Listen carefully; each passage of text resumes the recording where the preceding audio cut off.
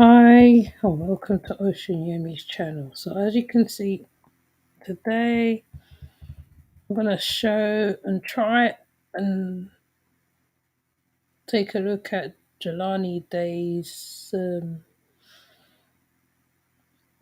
his demise basically.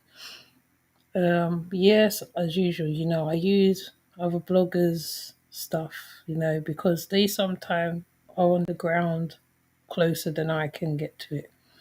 So they can look into different papers and different things. So the things I have compiled together, um, certain videos and stuff.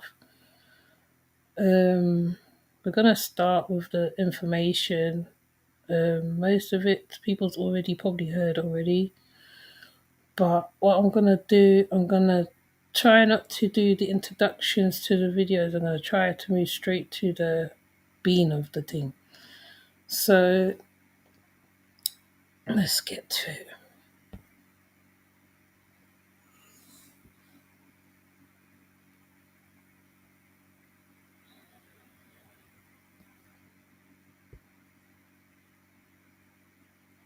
Morning, a growing mystery surrounding the death of Illinois State University grad student Jelani Day. I'm very upset because I can't even look at my son's body. I can't even say a proper goodbye to him. Day, who was studying to be a doctor, was living and going to school in Bloomington, Illinois. He was last seen on campus August 24th. 2 days later, his car found an hour north in the town of Peru. A week after that, his body found floating in the Illinois River. Peru police investigators are now working to identify this man, captured on security cameras knocking on a home not far from where Day's remains were located. The video taken the day after Day was last seen. The FBI now working with local investigators as they try to figure out if this unknown subject is connected to Day's case. The Day family's attorney says loved ones suspect foul play.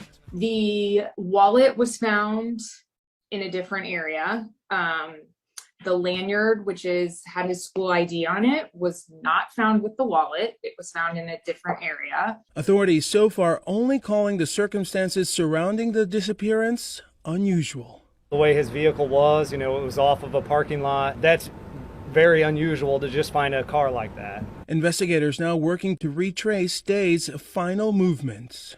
Jelani did not just disappear into thin air. Somebody knows something, somebody's seen something, and I need somebody to say something. The 25-year-old's death has garnered the attention of Viola Davis, Lizzo, and other celebrities.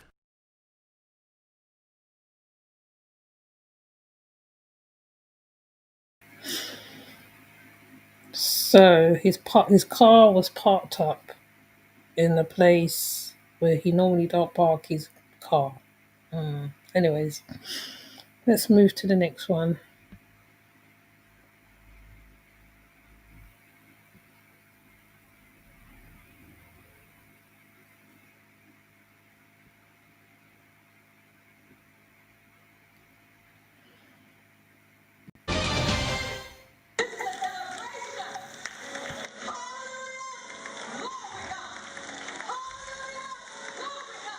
Those are the sounds from the funeral where family and friends of Jelani Day honored his life earlier today. Good evening, I'm Mark Maxwell.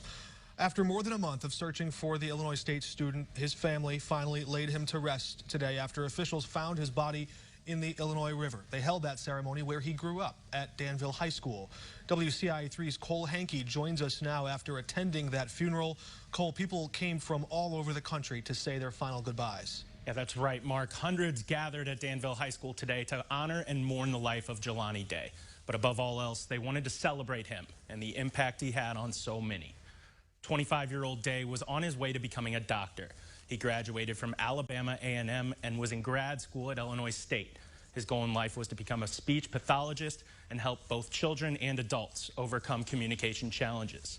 Day's friends said the moving ceremony showed just how much everyone cared about him. I think today was well needed for a lot of us. It has been a very drawn-out process. I know we wanted to keep believing that we was going to get a positive outcome, and I still believe we're going to get a positive outcome despite of what may happen. Jelani was always the light of the room, the smiling.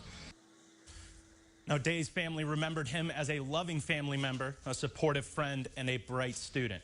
Even though Day's body was found in the Illinois River over a month ago and his body was officially identified on September 23rd, investigators and the LaSalle County coroner have not released an official cause of death. My trips. I want to know exactly what happened today. Mark? Cole, thanks. Day's death and disappearance remains a mystery, as Cole alluded to. His family reported him missing August 25th. Officials found his body in the Illinois River September 4th. The FBI and local police continue to investigate. So he was well loved. He had no enemies really. So I wonder how he ended up where he ended up. Anyway, let's play another video because sometimes the information's in the video, just decoding what they are saying basically.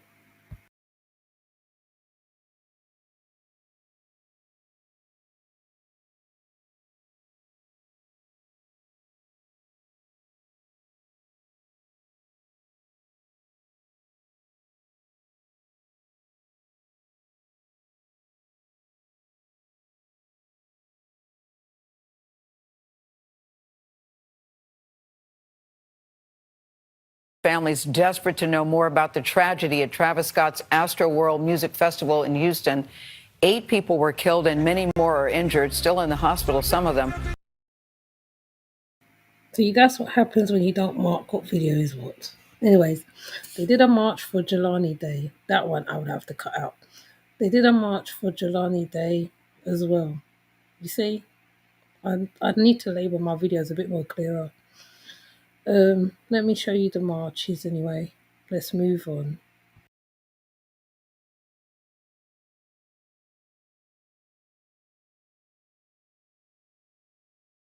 Gonna make us think it is what it ain't. We know better. We know better. This young man had a whole life ahead of him. He worked his whole life to get to where he was. Why would he take his life? Why? He did too much. Why? Come on, man. Tell that to some ignorant motherfucker that don't know no better.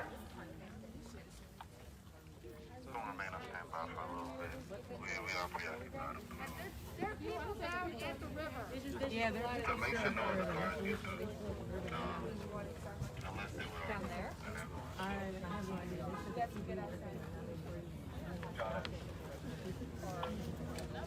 I thought they don't want y'all in this town. I'm gonna be the one to tell y'all. Yeah, that's what somebody just said. They put y'all in this little hard so y'all can Yeah, thank you.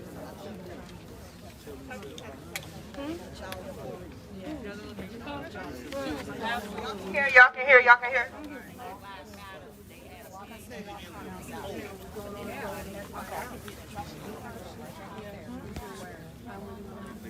Okay, everybody, I'm Jelani Day's first cousin. The spot that we are at right now is where they're saying we found his clothes. They found his clothes here. It's a little bit of discrepancy. These are not the coordinates that they originally gave my auntie at the beginning. Now they're changing it and saying this is where his clothes were found. Wow. So they're down there now with the press walking. I really don't know how far it is, but we have to walk through like a trail, go around. It's like a road down there. Nothing's adding up. Nothing. The next stop after this will be under a bridge.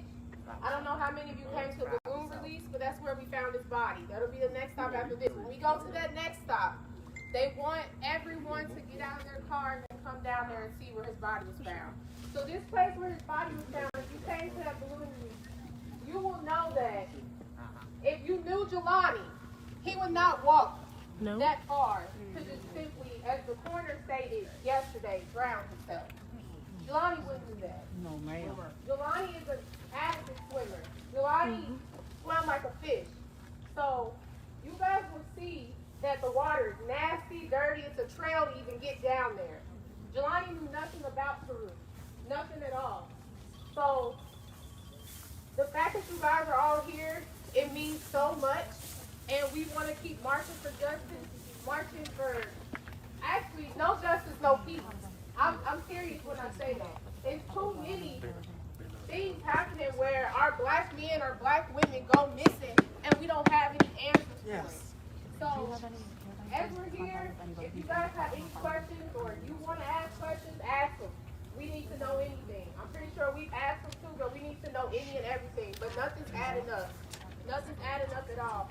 And it's very strange that the coroner put out, he drowned himself the day before we're coming to march.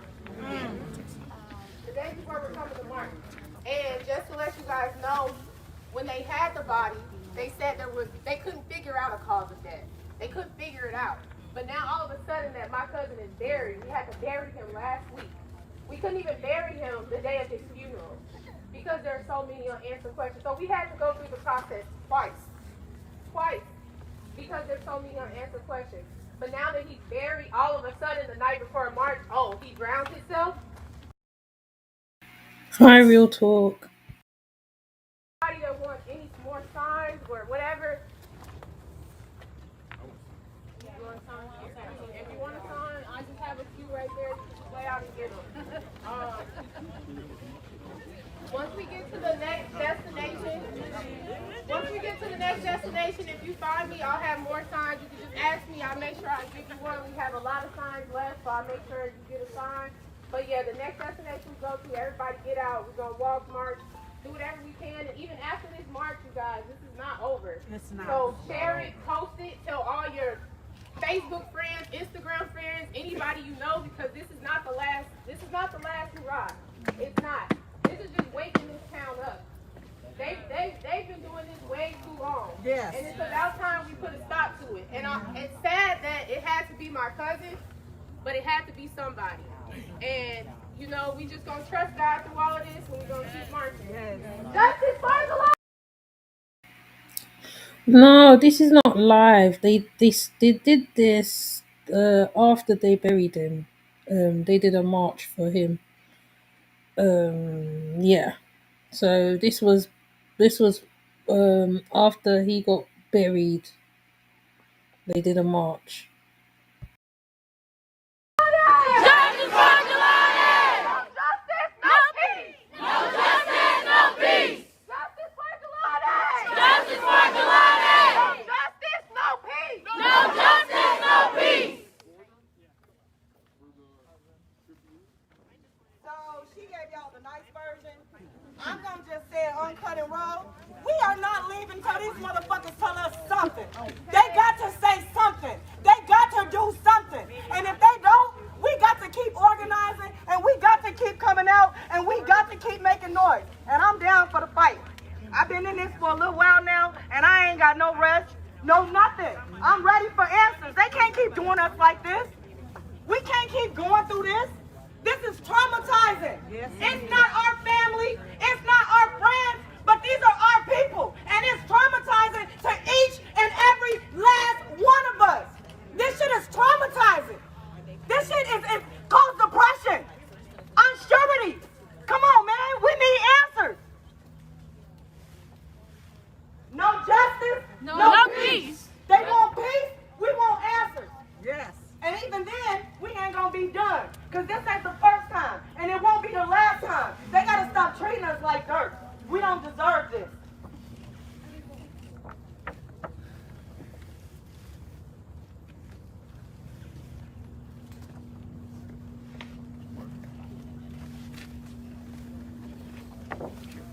Innit? You know it, innit? When they're really tired, they're tired. Justice for Jelani! Justice for Jelani! Justice for Jelani! Justice for Jelani!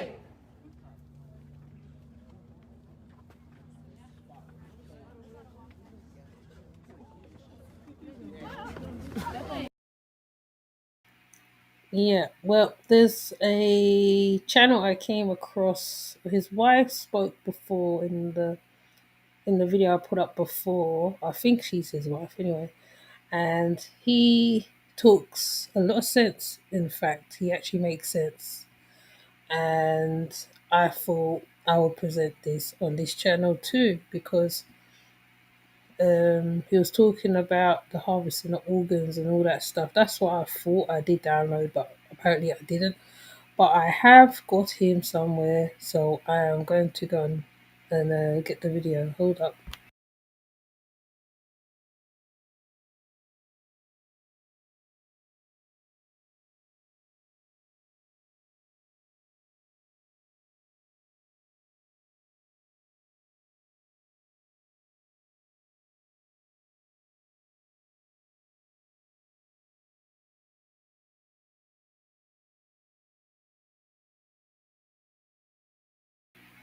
Now, this guy speaks a whole lot of sense, yeah?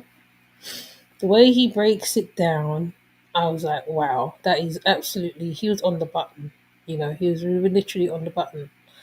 And I was looking for him before, but I couldn't find him before originally.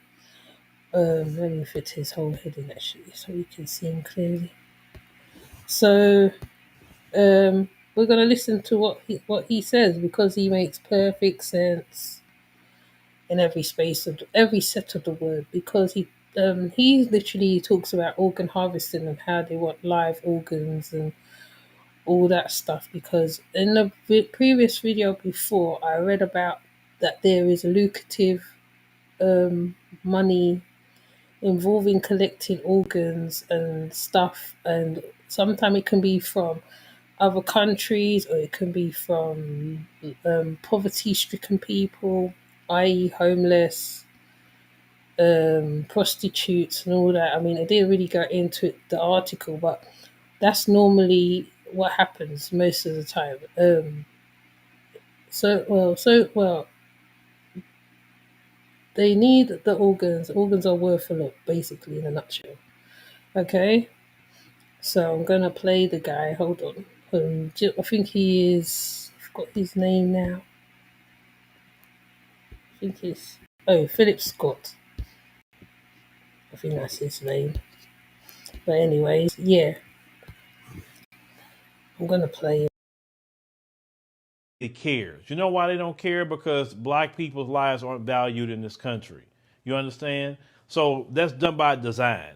Because if you can devalue the life of black people, no one will care if you're missing. No one will care if something going on with you, if you're not educated right, if you're not eating right, if you're not having the right health care. It's all done by design. Everything in this white supremacist Babylon system is used to devalue the life of black people, whether it's the police, whether it's the media, whether it's the court system, entertainment.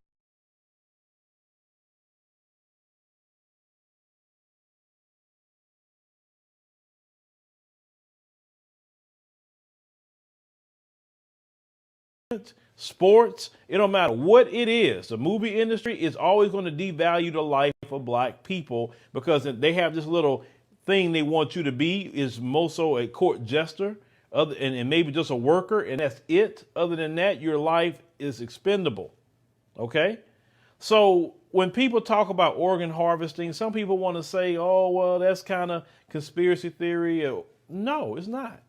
Now, before I get into talking about Jelani Day, let's look at two stories where the FBI and police got involved with finding body parts in warehouses. Let's go ahead and roll those two clips. Described as unsettling, but it sounds a whole lot worse. One FBI agent revealing what it was really like inside the Phoenix body donation facility. In 2014, he saw everything from buckets of heads, arms, and legs to coolers filled with severed penises when the FBI raided the building. Confused and angry. We thought this was going to be doing some good. He even spotted a smaller head sewn onto a larger torso in a, quote, Frankenstein manner. It wasn't a choice we made. It wasn't a choice any of the families made. Body parts piled on top of each other inside Biological Resource Center, where families donated their loved ones for medical research. Discoveries of sickness and disease, maybe come up with a cure. Some say the company violated everything they promised. Tragedy that's never resolved. And it just keeps going on and deeper. The limbs, according to that agent, with no apparent identification. The company sued months after the FBI raided families claiming their loved ones weren't treated with dignity and respect, a promise written on their own consent forms. The company also accused of selling body parts for profit after saying they'd only use the parts they needed and would cremate the ones they didn't and return them. A torso with a head apparently went for $2,400, a leg about $1,100. They'd even sell knees and feet alone for under $500. Why were you stockpiling hundreds of human body parts here, sir? That's Art Rathburn. And remember his business 13 months ago? For 2 days, federal investigators dressed in hazmat suits removed body parts of 1,000 different people. Arms, legs, heads cut up and kept on ice, not embalmed, so they would be fresh for the black market. Today, the rundown warehouse on Detroit's east side is shuttered and up for sale. Sources say Rathburn's seized records led them to the Chicago area today, a business called Biological Resource Center in Rosemont. It's difficult to see from the outside, but sources say the hazmat suits and raid are underway on the 6th floor of this office building. The same paper trail led investigators to Biological Resource Center in Phoenix last January, and another raid removing body parts and corpses. There were also ties to similar businesses in Las Vegas. Since these dealt directly with the public, families were left without answers. Julie donated her husband Steve's body and was promised his cremated remains back in a month. Confused and angry. We thought this was going to be doing some good. Yet it doesn't sound like it is. What do you say to all those families who had no idea their loved ones were in here? Michigan pulled Art Rathburn's license last year after our reporting, even though they were told about his problems 2 years before. You can go find out what the heck he is doing, and that wasn't done. Right? Did we do something 2 years ago? No, we didn't. Are we doing an investigation now? Yes, we are. Are you worried about going to prison? So as you can see, this is something that's been going on in the United States, okay?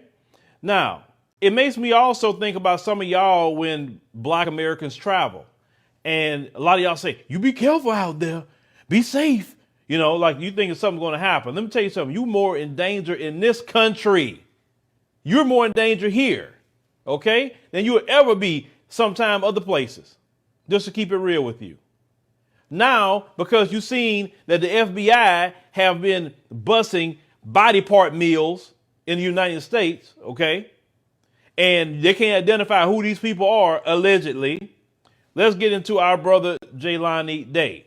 So they talk about the investigation to the death of the Illinois grad student and aspiring doctor Jelani Day continued, and authorities have said that they see the circumstances as unusual. They say the mystery surrounding his death grows. They say as his family has said that they suspect foul play. They say amid the investigation, a recent report came out that Jelani's body had no organs when it was found. Now, a report by the Chicago Sun-Times has stated that Day's corpse had no eyeballs. Listen to this, no eyeballs. It had only sockets. The body was reportedly missing its front, top, and bottom teeth.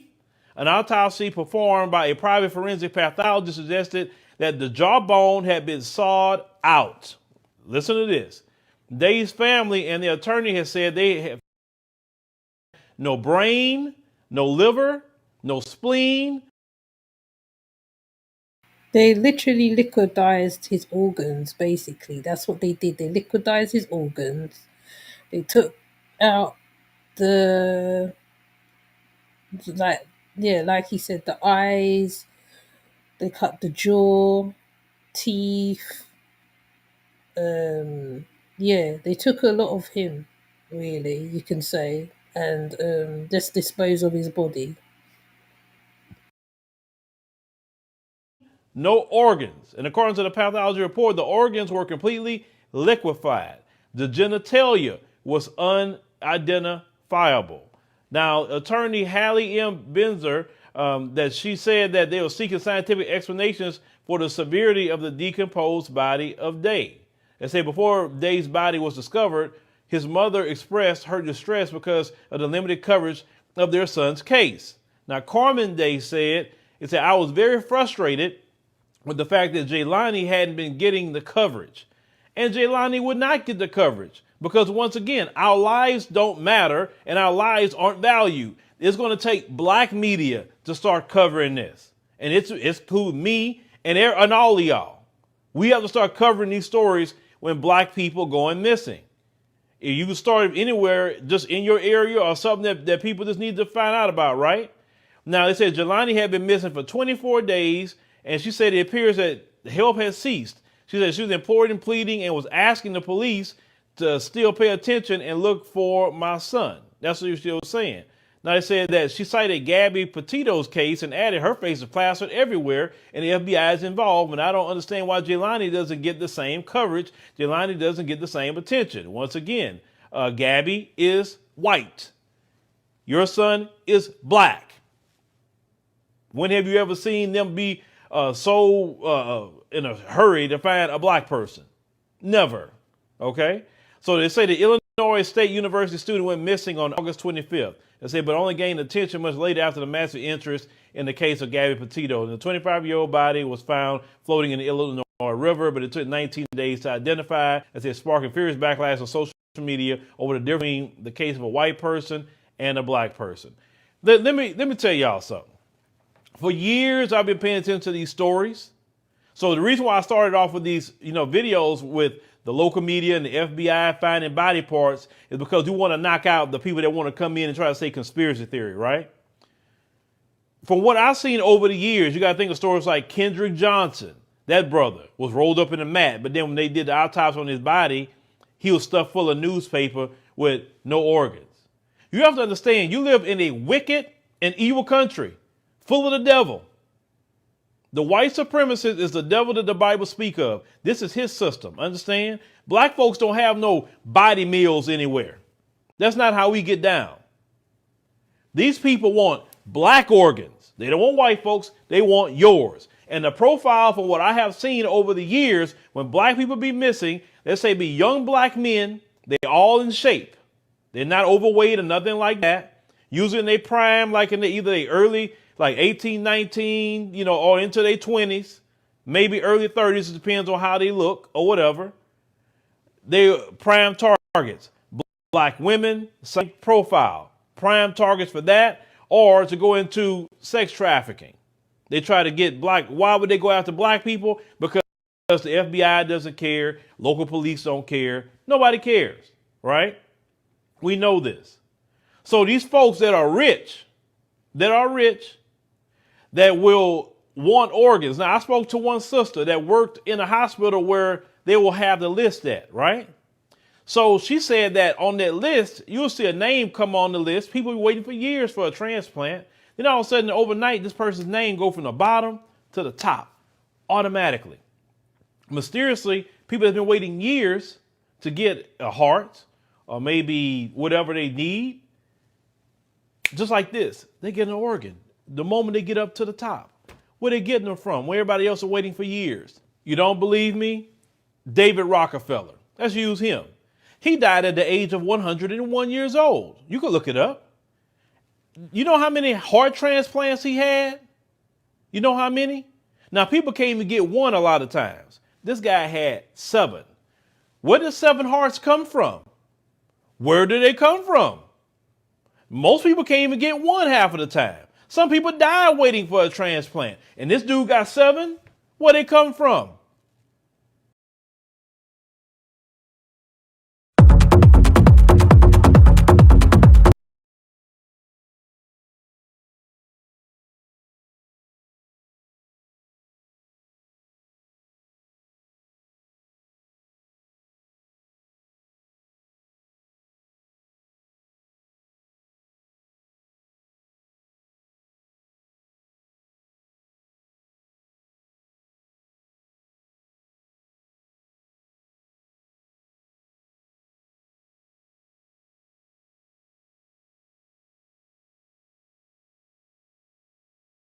Poor areas. Another thing they're doing. You know why Pookie and Ray Ray a lot of times are allowed to just kill up the place and the police won't do nothing unless they're ready to gentrify?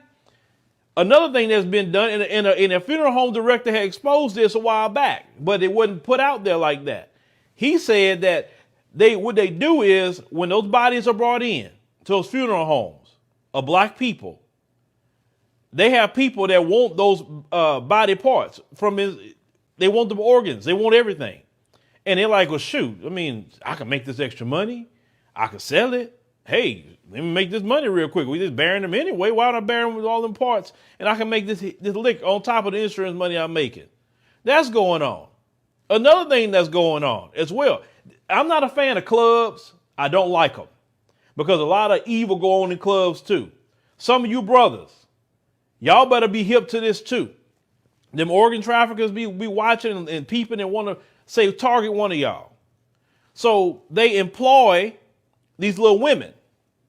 They may even employ some of these IG girls to come at you and say, hey, look, put this in his drink. I'll give you $20,000. You know, make him think you're going to be with him. Go back to the room with him, whatever. You know, if you got to do something with him, you got to, but make sure that he takes his drink. And then we'll give you the money and we take him from there. Right? You have some dirty and grimy females out here. And it's very easy to get you men that way with these little women. Because you think these traffickers want to fight with you to try to get you a lot of times. So sometimes it could be that they getting women to work with them. How many times women have done things to set dudes up for Pookie and Ray Ray? You understand? I know there's one brother. He went to South by Southwest. I'm not going to mention his name. And he went to talk to someone and turned back around and grabbed his drink that quick. And he went to the restroom and he said he lost all control of his body. Now, because of my other homeboy that was with him to say, where he went? Why he taking so long? Went to check on him. He found him and he went and put him, make sure he got to the hospital or whatever. He couldn't see. He couldn't do nothing. It took him a while to even get his sight back after months. Now, who's to say that he wasn't going to be set up for human organ harvesting? He felt the description, young man, in shape, tall, prime of his life, black man, right? What I'm saying is y'all have to be careful of your surroundings. Like I said, I don't like nightclubs at all. Some of y'all love them nightclubs. And that's a prime example place for a lot of those things to happen. A lot of you women, you need to practice your Second Amendment rights because these jokers expect you not to be able to protect yourself. You need to get armed, learn how to use those firearms. Listen, even if you got a husband, he may not be around you all the time, especially in some of those neighborhoods like that. And let me tell you something else. Pookie and Ray Ray also could work with the traffickers because if they give Pookie and Ray Ray a little money and say, hey, could you kidnap that person for me and just give them to me? They'll do that. Man, y'all don't understand how evil and dirty people in our own community could be and them folks, how they work. You saw in that clip they were talking about how different body parts go for certain amounts of money. It's not a game out here.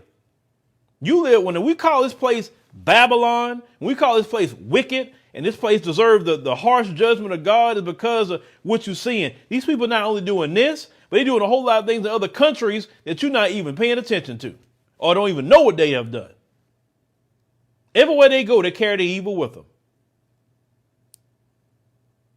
This is a message to say, always pay attention. Trust none of them.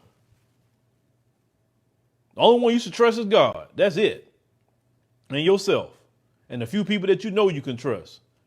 When you're in these strange places, you don't know where you're at. You better be careful. You want to go to a nightclub, fine, drink you some water.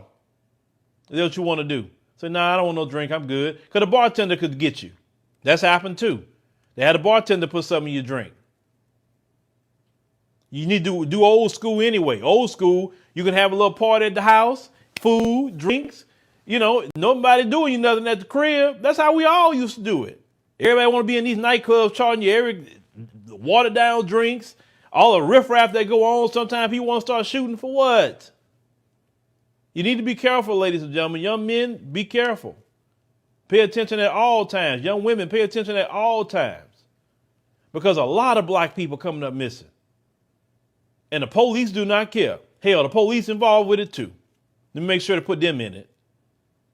When they lynching you, the police is involved with it. That's why they say, oh yeah, it's a suicide. No investigation. It's a suicide. They involved with it. You think if they wasn't involved with the Klan back in the day, lock a brother up and let him go at 2 o'clock in the morning and got the Klan out there waiting on him? If you think if they wasn't doing it back then, they're not doing it now. Pulling the brother over and taking him and say, all right, you can get out, you can leave here. And then taking off, and then they come string this brother up. Come on now. Every single time these brothers are even lynched, it's never like a fight for the life. It's never a fight. Have you noticed that? Because them police is involved, and them police and them white supremacist groups. I'm not saying it's just scary. I'm telling you the reality of what you're dealing with. We live in a freaking war zone, black people. That's why I felt so at peace in Turkey. When I go to Kenya, I'm at peace. Ethiopia, I'm at peace because I ain't around these devils. This is the only way they know how to be. And we are the targets. No other group come over here and is targeted like the way we are targeted. They want our organs. They don't want nobody else's. But leave me a comment. Let me know what you think about it. I want you to really think about this. This is why a lot of brothers and sisters say don't put yourself as an organ donor on your driving license either. Because we heard of that too. About not treating you a certain way to let you go because of your organs. The same. Listen to his warning, y'all. Listen to his warning, because when I saw this video and he started talking about it, yes, he brings up the Bible because he's a Hebrew Israelite. I think he is. But when he goes into all the other parts, it makes perfect sense, you know? Because like they're looking for live specimens, it seems like now. And I think Jelani Day was actually the victim of that. But I didn't know that there was another person alongside Jelani Day who also went missing as well. And he disappeared as well. But apparently his situation was very similar as well. But I looked up a whole lot of tried to look up information on Jelani Day. Trying to see if I can gather my information.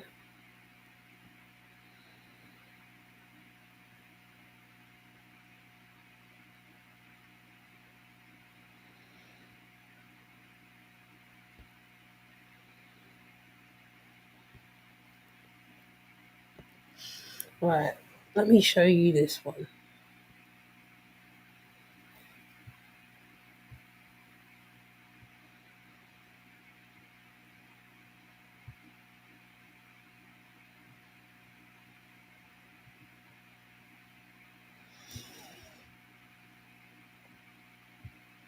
Now, while looking up information on Jelani Day, because they haven't got new updates, what tends to happen is when it's a case that is continuously carried on, what I'm finding from my ends of the river, when you're trying to find information on a case, it's really difficult. Before they had a diaphragm of what happened to him as well, and now that diaphragm was gone. The diagram was gone. So I found myself looking around everywhere, trying to find information, and it is really quite difficult. It's the same with the toddlers. Unless you are literally near the ground, or if you're working amongst the people, from what I can see, that's the only way you can find the information of what's going on with the case. Because it seemed like it's gone quiet, and apart from the mother doing, when they did the march, it just goes quiet basically. But I found this anyway.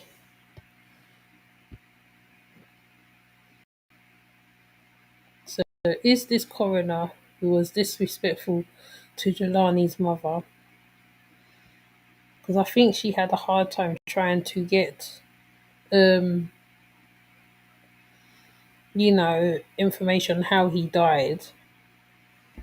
So let me bring it up very close. So LaSalle County Coroner's Office exists to provide the people with LaSalle County with a thorough investigation into the evidence of a death. The investigation may include but is not limited to autopsy, toxicology, test, X-ray, and personal as well as the mental health history.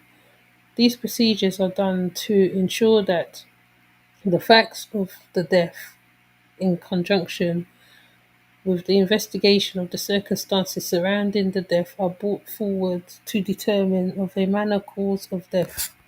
The coroner's office is a law enforcement investigation office mandated by the statutes of the state of Illinois to investigate the deaths.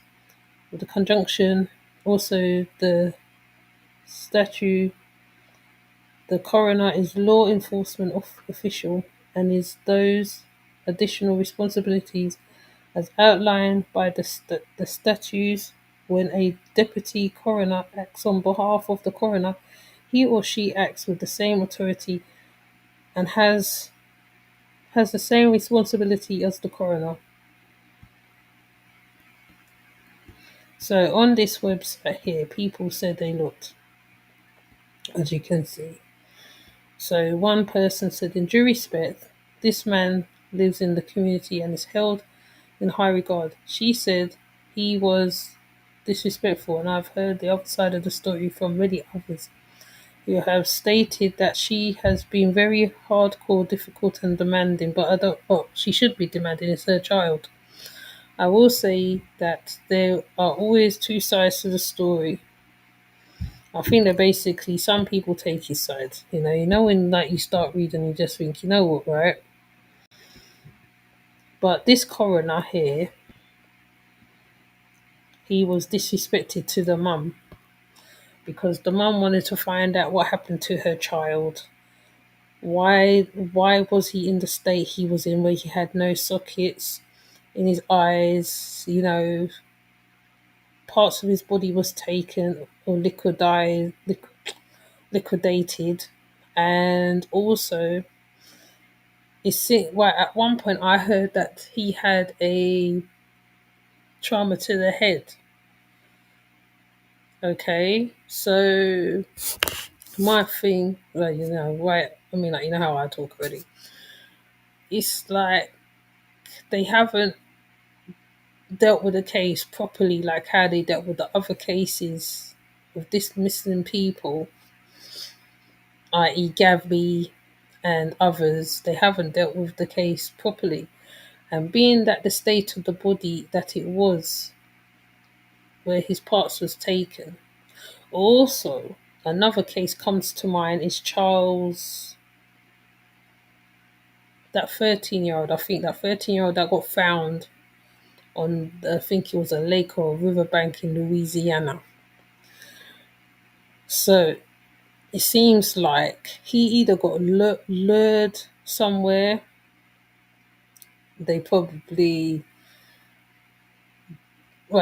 fought for his life.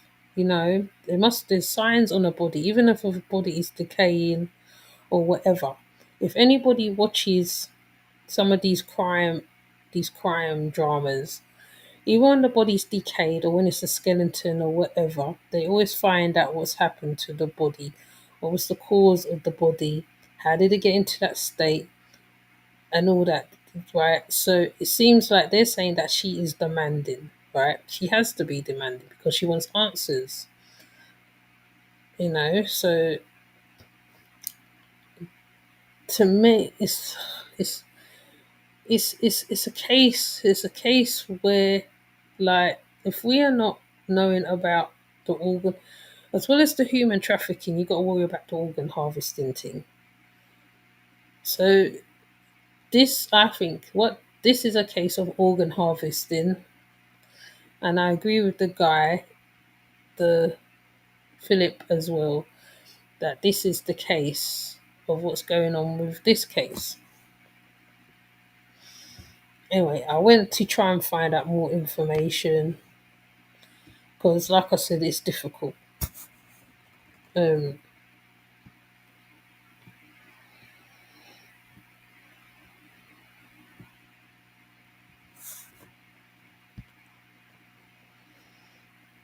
I can only find other people who's talking about this case.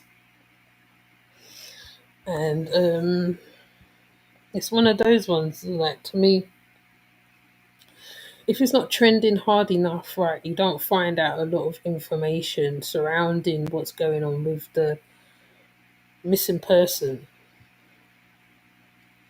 But anyway, somebody else, I think, did a podcast on it.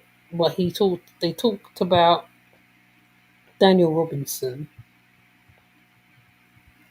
as well.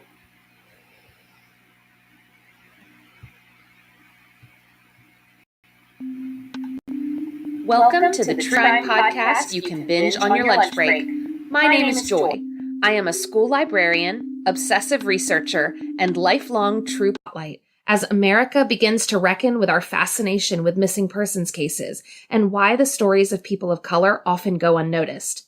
This episode will discuss sensitive topics, so listener discretion is advised.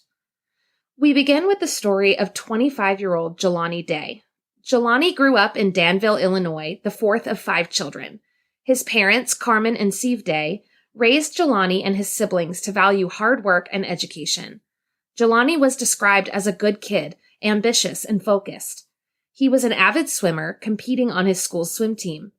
After high school, Jelani attended Alabama A&M University for his undergrad, where he majored in speech pathology. Jelani then moved to Bloomington, Illinois, to attend graduate school at Illinois State University. In late August of this year, Jelani had just started the fall semester at Illinois State. Classes had been in session for a week, and Jelani was already working hard and making connections in the speech pathology program. But by the second week, Jelani was no longer showing up to class.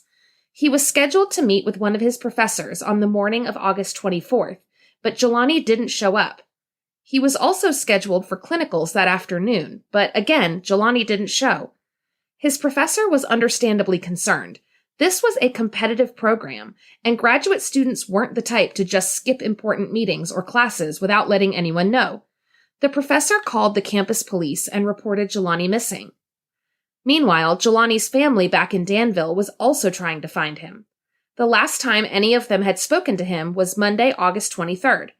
This was definitely not like him. Jelani was in constant contact with his parents and siblings. After multiple attempts to get in touch with Jelani, they called the Bloomington Police Department on August 25th and filed a missing persons report. Investigators quickly began piecing together a timeline. The last confirmed sighting of Jelani was on the university campus the morning of Tuesday, August 24th. After that, it seemed like Jelani had just vanished. The Bloomington Police Department issued a missing persons release asking the public for any information about Jelani. They also released information about Jelani's vehicle, a white 2010 Chrysler 300 that he had inherited from his grandfather. On Thursday, August 26th, officers in Peru, Illinois, about an hour north of Bloomington, responded to a report of an abandoned vehicle in the woods behind the local YMCA. The car's license plates were missing, but police were able to use law enforcement databases to connect the car to Jelani. Inside the car, a black t-shirt, white shorts, and baseball hat were found. The Peru Police Department and Illinois State Police immediately set up a command post and conducted an extensive search of the area with canine officers, first responders, and aerial drones. Unfortunately, Jelani was nowhere to be found. Despite multiple appeals to the public for information, it would be several more days before investigators had any other leads. On August 31st, Bloomington police announced that they had obtained surveillance camera footage of Jelani the day he allegedly went missing. A security camera from the university's student center showed Jelani at 7:20 a.m. on August 24th, wearing a blue button-up dress shirt, black pants, black belt, black dress shoes, and a blue face mask. At 9:12 a.m., less than 2 hours later, cameras showed Jelani at the Beyond Hello dispensary just 3 miles from campus. He was wearing a blue Detroit Lions baseball hat, a black Jimi Hendrix Band t-shirt, white shorts, and black shoes with white soles. The exterior surveillance video captured Jelani's white Chrysler in the parking lot. Based on this information, investigators believe that Jelani disappeared sometime between the morning of August 24th and the afternoon of August 26th when his car was found. The clothes he was wearing at the dispensary were the same clothes found inside the Chrysler. Throughout the investigation, Jelani's family worked tirelessly to bring attention to Jelani's case, giving interviews and holding vigils. Jelani's mother, Carmen, held firm in her belief that Jelani would be found, and she pushed detectives to keep Jelani's case alive. On September 4th, an additional search was conducted by the Illinois Search and Rescue Council in the LaSalle, Peru area. At 9:47 a.m., a search team found a body floating near the south bank of the Illinois River, just east of the Route 251 bridge. The body was so deteriorated that officials could not determine the identity. The LaSalle County Coroner's Office told reporters that identification of the remains could take several weeks, that the Illinois State Police Crime Lab was backlogged. After that, there seemed to be no movement in the case. Jelani's mother was frustrated and told local news outlets that it seemed like police had stopped looking for her son ever since the discovery of the body in the river. The Bloomington Police Department refuted this claim, saying that the case was still open and active. Quote, "At one point during the investigation, 5 detectives, crime scene detectives, and CID supervisors were helping comb through digital evidence, physical evidence, and helping with the investigation." 3 weeks later, on Thursday, September 23rd, the LaSalle County coroner announced that the body in the river had been identified through forensic dentistry and DNA testing as Jelani Day. The coroner did not release the cause of death due to the state of his remains, but Bloomington police said that toxicology testing would be done in an attempt to learn how Jelani died. Jelani's family was heartbroken. Quote, "There are no words to clearly communicate our devastation." The next day, Jelani's mother requested that the Illinois State Police take over the case, and she began to push for the FBI to get involved. The family's attorney, Hallie Besner, told reporters, quote, "Right now we have more questions than answers, and we need to start getting some answers for our questions before we know the next steps." As of this week, the FBI is now helping with the investigation, but they seem to be leaning towards the possibility that Jelani took his own life. Jelani's family does not believe that is the case. Jelani was not suicidal, and he had so much to live for.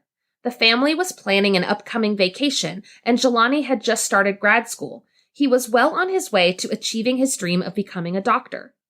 Also, Jelani was a swimmer. It doesn't seem very likely that he would drive an hour away, park his car in the woods, remove his clothing, then walk several miles to jump in the Illinois River. But without any more information, investigators have little to go on and no answers to the many questions surrounding Jelani's death. Sadly, there is even less information in the case of 24-year-old Daniel Robinson. A native of Columbia, South Carolina, Daniel graduated from the College of Charleston in 2019 and soon landed a job as a field geologist in Phoenix, Arizona. He was in charge of overseeing multiple sites in remote desert locations, often traveling long distances between projects. Daniel's family described him as having an innate passion for adventure. He loved to travel and often took off at a moment's notice. However, no matter when or where he went, he always communicated with his family and friends. In the weeks leading up to his disappearance, Daniel had been acting strangely. In early June of this year, Daniel had begun making odd comments and had even left his apartment door wide open one day, disappearing for several hours with no explanation. On the morning of June 23rd, Daniel showed up for work at a remote drill site in the Arizona desert. Another geologist on site, Ken Elliott, said that everything seemed fine at first, but Daniel's demeanor quickly changed, and he became distracted and distant. Elliott said that Daniel kept looking out into the desert, so many times that Elliott wondered if Daniel had some sort of medical condition. But Elliott didn't know Daniel well. This was the first time the two had worked together, so he didn't say anything about it. Suddenly, Daniel turned around and walked over to his Jeep. Elliott was surprised. Quote, "I just assumed he was going to get something out of his vehicle. And he opened the door, got in, sat down, put on his seatbelt. Then he looked at me and just waved at me and backed up and took off." Elliott definitely knew something was wrong at that point. He called their coworkers and let them know that Daniel had left, but they all assumed that Daniel just wasn't feeling well and would call in sick. But hours passed and Daniel didn't call. By that evening, Daniel had been reported missing.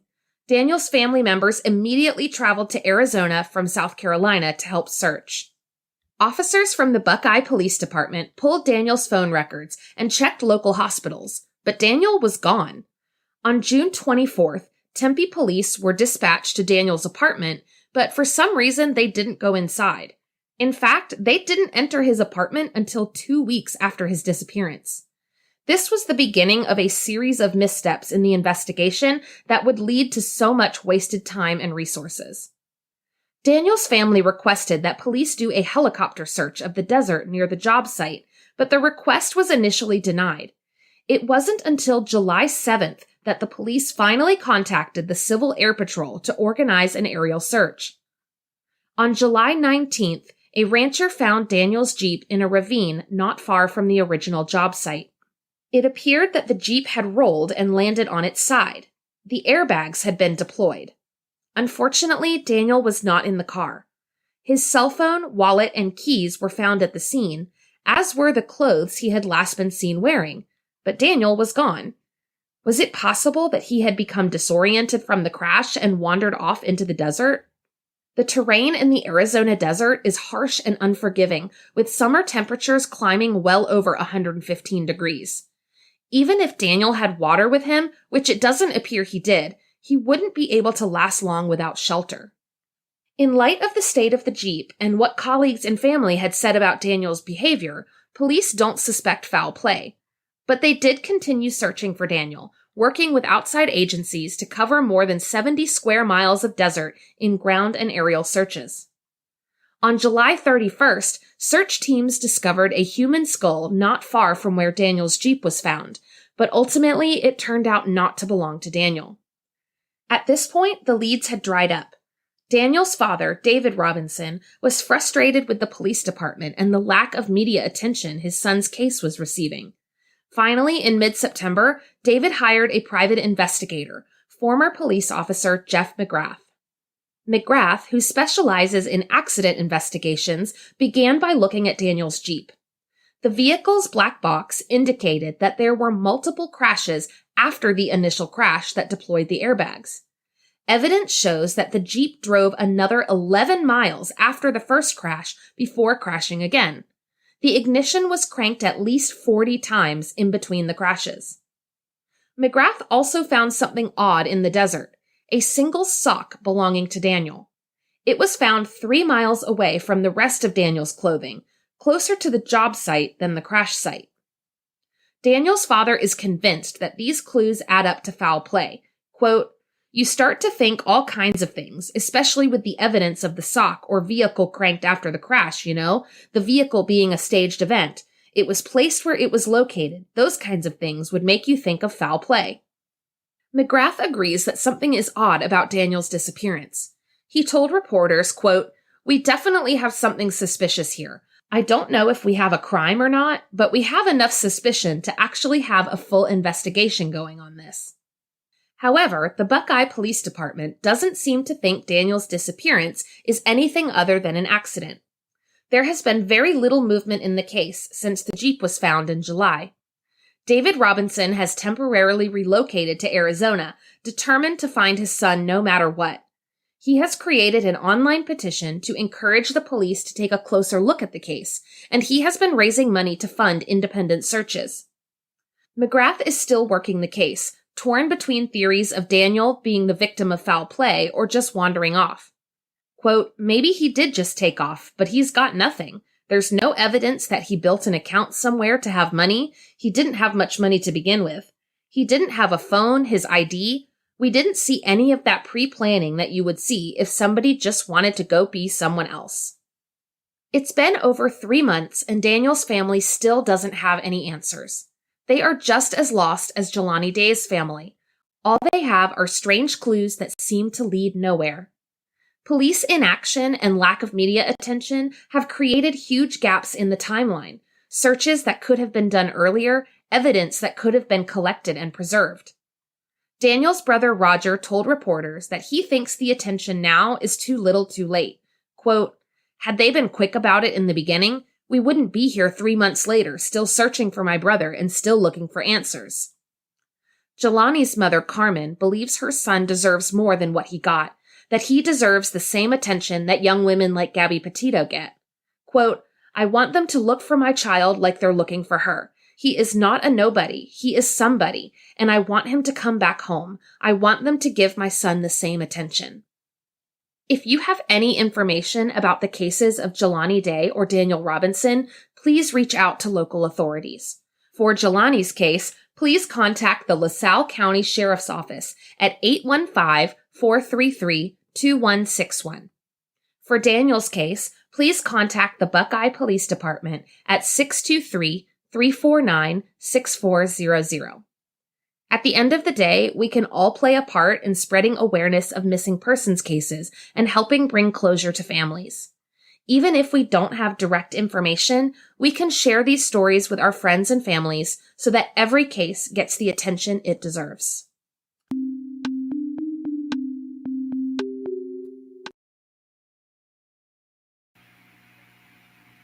And they sound pretty similar. I'll say Jelani Day and Daniel Robinson's case sounds similar.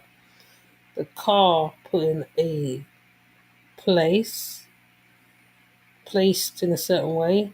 Well, Daniel's one was placed like it was in a crash. So it seemed like they started the engine, crashed, or it crashed before, and then they moved the car from one place, the van from one place to the other.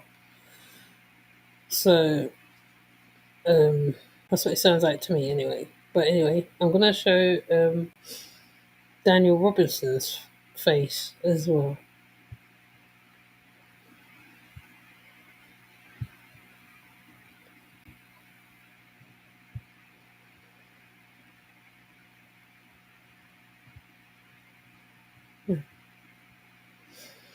Yeah, this is Daniel Robinson's face. His case is very similar to Jelani's. The only difference is that there's no body. There's no body to be found. So, like the car was put in place to seem like that he crashed, but it was moved. Well, as she said, it was moved. It seemed like several times before it was in the place that they found it. But I hope that the parents do find out what happened to him as well. These cases need to be highlighted. Sometimes there's a lot of hype around them, and then everybody just lay off them or don't talk about them no more. These cases need to be spoken about. All these missing needs to be spoken about. So this is his picture, and if you can spread the word, all on your platforms, all over. Because I didn't really know. I think I did know about Daniel, and I think I didn't know about Daniel. But it's always good to know about both missing cases. Know about these missing cases.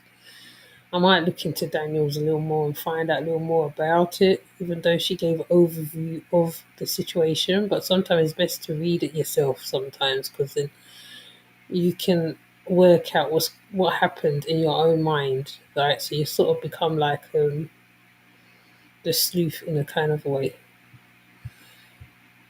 So I'm gonna show.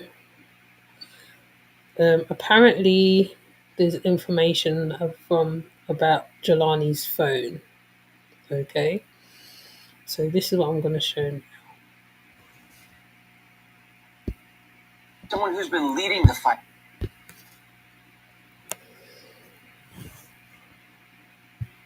So this is Mum talking to another broadcasting station about finding off Jelani's phone or finding information about it. So let's get to it.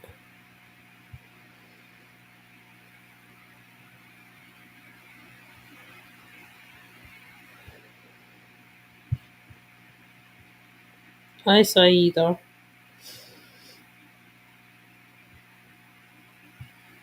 Pushing for answers surrounding Jelani's disappearance and death is his mother, Carmen Bolden Day, and she joins us again tonight. Carmen, since we began talking a few months ago at this point, a big question always lingered in our conversations. Where is Jelani's cell phone? What clues could it hold? And now you tell us the Bloomington, Illinois police have it? Yes, the Bloomington police have it in their possession, and I'm just wondering why they have it in their possession. Can you explain how it came to be in their custody? Because you wrote on Facebook about this, that apparently a guy says his friend or acquaintance found it on the side of the road, turned it in at Walmart, they took it to police. It's this really convoluted chain of custody. Well, from what I understand, the gentleman, he was going down the interstate and a mattress fell off the back of his truck. He got off the truck, he stopped his truck to secure the mattress back on the truck. He found a phone. He said that the phone had been shattered. He ended up taking it to a kiosk at a Walmart because he said that the phone didn't work. He took it to a kiosk at Walmart. He received $80 for the phone. He did this on October 17th. Today is November the 11th. I found out about the phone, that the phone had been found and had been identified as Jelani's phone on early this morning, maybe about 1 or 2 o'clock this morning. However, the young man had let me know that he got questioned 2 days ago. So the police have been aware of this. They've known about the phone. They've not made me aware. According to Peru and Bloomington, the FBI is assisting and providing resources. When I contacted them today, they told me that they didn't tell me about the phone because they wanted to be sure. They then told me that they were going to look into Jelani's phone to see what was on there. I questioned why they would go through the phone, and they instructed, and she said to me, Carmen, if you don't want us to go through the phone, let me know now, and we'll turn it over to the FBI. And I told her that's what I prefer for her to do. So if they can turn it over to the FBI and not mess with it, because at this point, I need the FBI involved. I need them to not provide oversight, not to be engaged, but to take over this case. Overall, does the story sit right with you, you know, a mother's feeling or intuition that a man on his phone happened to be at that exact spot on the interstate? The area that the young man described the phone found in was the same area that I originally had searched. That exit, I didn't search that area, but the exit that the road leads to get off on that, I was there and I had told the police that is an area that needs to be looked at. Cameras need to be looked on that, looked on that road. I'm sorry? That's in Bloomington? That was in Bloomington. Where Jelani was a student? I had spent an entire day going to different businesses. Actually found a Dollar General in that area that let me sit in that store for 4 hours to watch their cameras, where I believe I saw Jelani's car, and I did let the police know. I saw that exit that was on that road, and I wondered, is this a way that my son's car could have went? I made those, I made all of those concerns aware to the Bloomington police. Which this kind of falls into a pattern, I think is what you're saying. Someone else finds the phone. Someone else found the car, his clothes, his wallet, that it's just been very piecemeal and different people involved. You do not want the police to search Jelani's phone. Why is that?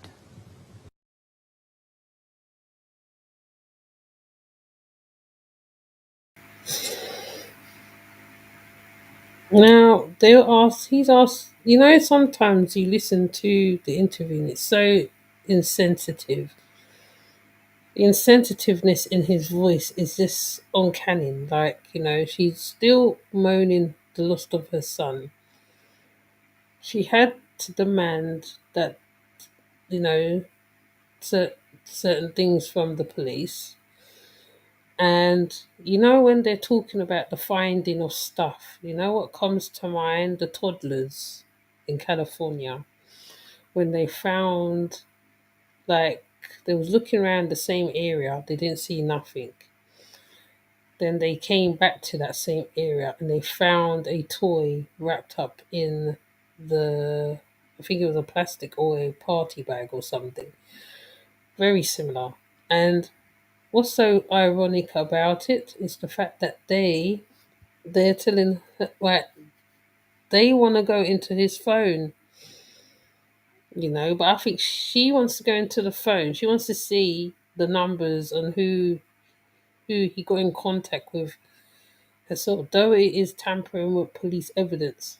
But even if she's in the station with the phone, I don't see nothing wrong with it really, because she is the mother of the deceased. But anyways, they did a little remembrance thing for Jelani. So I'm gonna change the music so I don't get oops, so I don't get the copyright drama.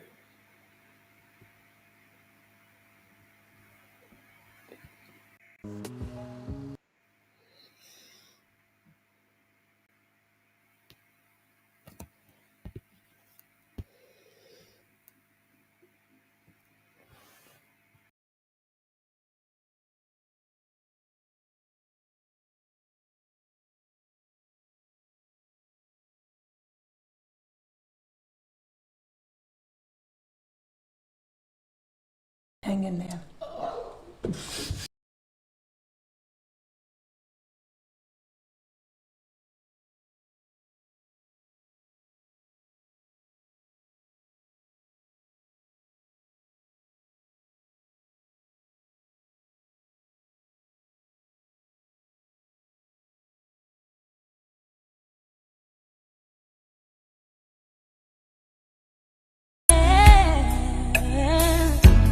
Now that you're gone.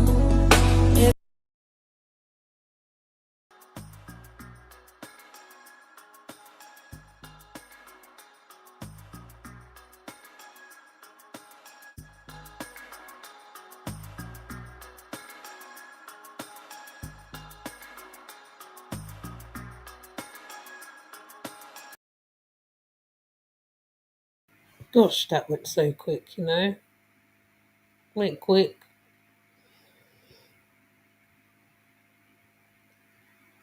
Anyways, I'll check it in it. So, like I said before, he was well loved. He had ambition.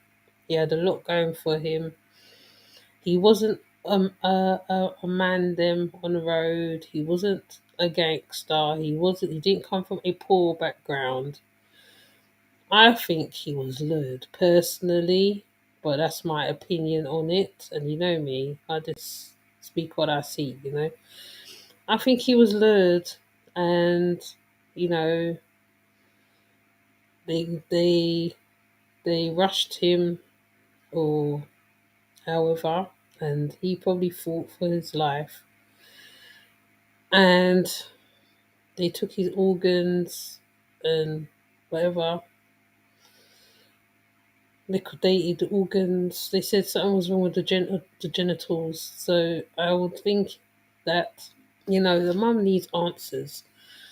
I have put a I think it's a change.org underneath the video, the previous one. There will be one underneath here, and I will find Daniel Robinson's one too, because you know if they're holding back evidence and stuff like that, right? It makes it damn difficult to come to for anything or any of his justice to come out or to change, because like a lot of people go missing. There's a lot of people missing. Some people are very lost out there, and they can be targets of stuff. But in his case, he had a lot to live for. The one Daniel as well had a lot to live for. Ambition, very ambitious. But like Philip Scott said, they're looking for a certain weight, they're looking for a certain height, they're looking for a certain eye colouring. So they have a list of what they're looking for, so they're prepared to get live specimens and not dead specimens. And I think Jelani probably was the victim of that. And I do hope his mum gets the justice for him, because you hear about these things with indigenous people go missing. I can't remember what part of America now, and nothing comes out of it. It's just quiet, just so quiet. Like, I mean, Jelani's mother is really pushing it, because I see little things coming up to do her, with that case video wise. In black and white wise is a whole nother something else. So, you know, I would urge you, if there is a link underneath the videos and it's a petition, a change.org, please click it, because it can do a heck of a lot. It can actually do something. You know what I mean? There's no point I'm talking about it and I'm not putting in something at the bottom of the video to make something happen, because that mother shouldn't be going through this. She should have answers, and the police really is playing her about. And judging by what they said on that letter, I think the coroner must have disrespected her, and they wrote a letter or whatever to, cover their asses as usual. And she has all right to demand answers. Daniel Robertson saying they need answers, they deserve it. What happened to my child? Are their body in that state? The police and the city officials are actually subsequently murdering people, and I'm certain the protected persons did the same. Did that to him? Yeah, he did. Oh, I can't breathe. Yeah, they did.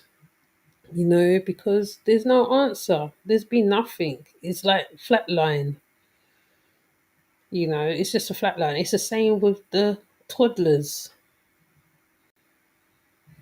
The toddlers went missing in California, right? Nothing heard after that.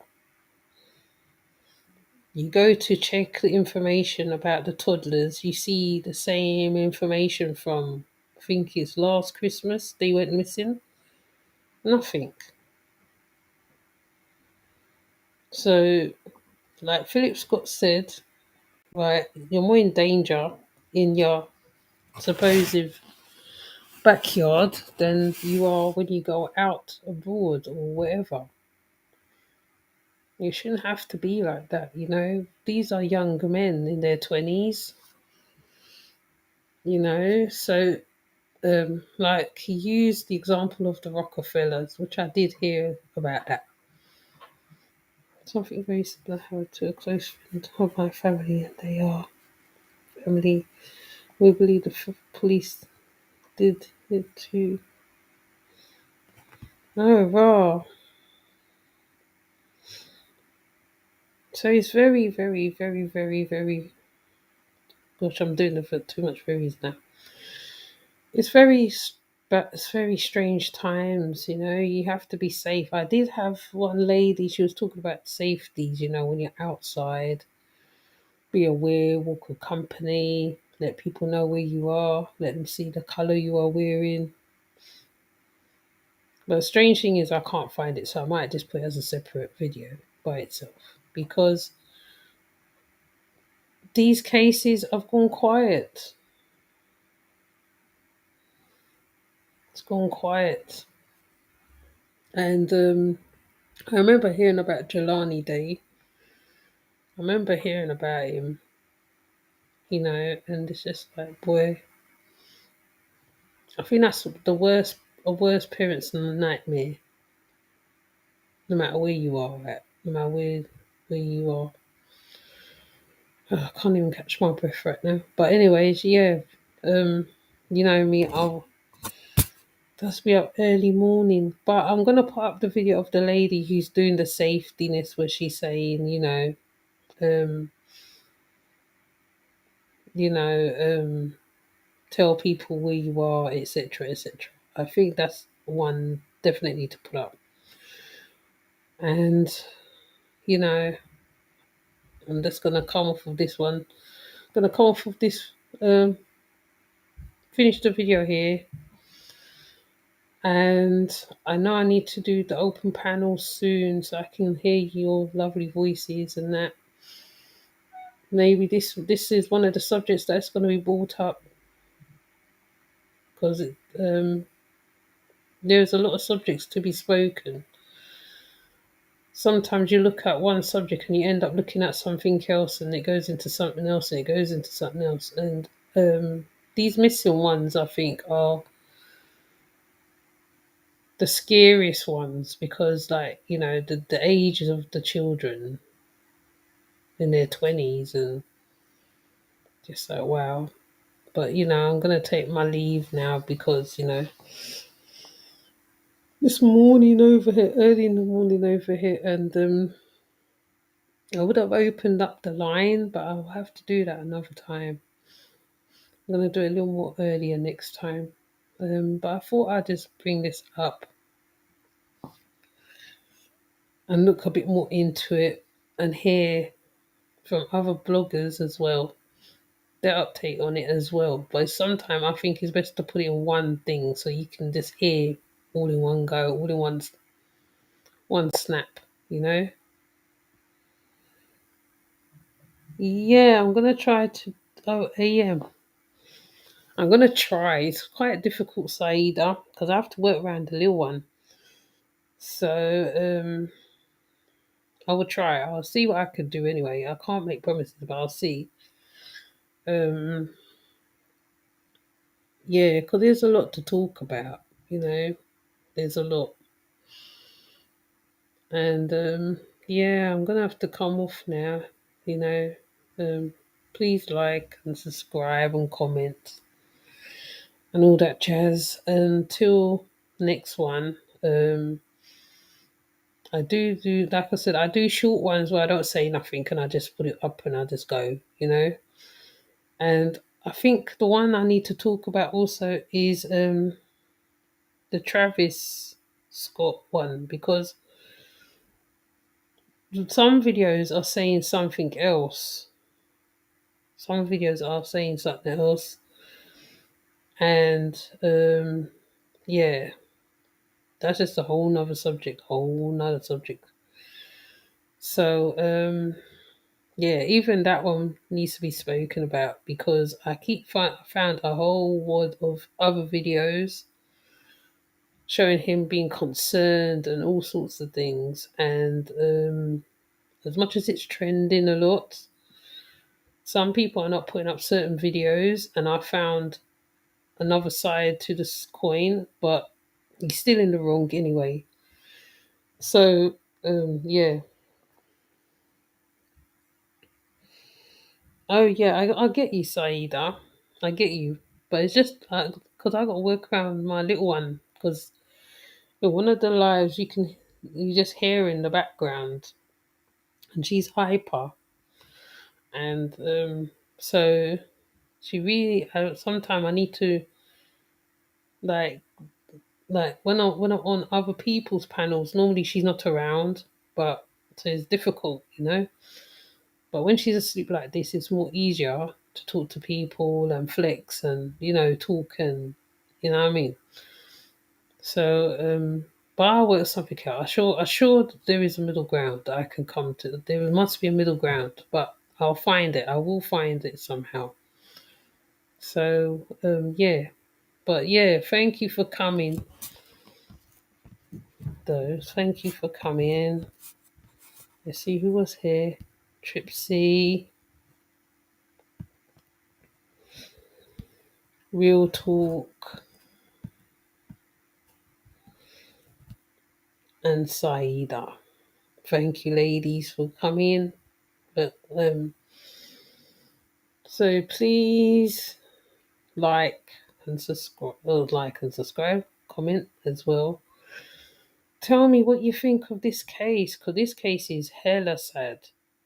Hella sad, you know. This is every parent's worst nightmare. This case right here.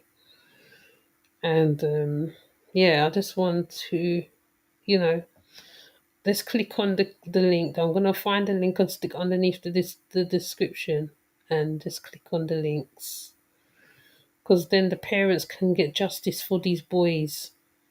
And if there's other things going on, maybe there's other things that can be done, because in I just feel it's important. When you click the petition or change.org, you can change a lot, as little as it is, but it's a lot. Okay, so yeah, but yeah, have a good night. Oh yeah, the babies are more important. Yeah. Oh yeah, thank you for understanding. But yeah, so with that, I'm gonna take my leave because I need to get my Z's, and I'll probably turn up in chats. But most of the time, when I turn up in chat, sometimes I fall asleep listening to it, and then I wake up and it's still on. So that's normally what happens to me sometimes. So yeah, so have a good night, good day, good afternoon, whatever time span you're in. I'll see you. Bye.